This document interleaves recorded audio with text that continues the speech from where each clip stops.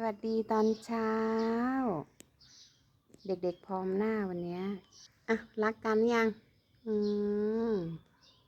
เอาใหม่รักกันใหม่วันนี้รักน้องหรือยังครับจริงๆโอเคหรือยังน่ะ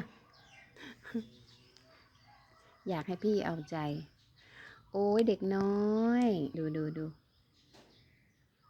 รักน้องมาก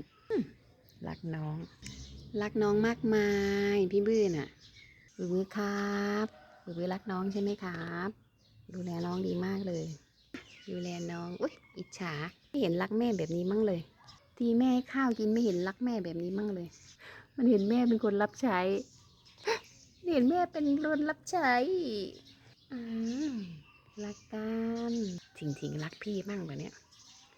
น่ารักจังเลยถิงน้อยอ๋อล่าเริงแล้ววันนี้เอา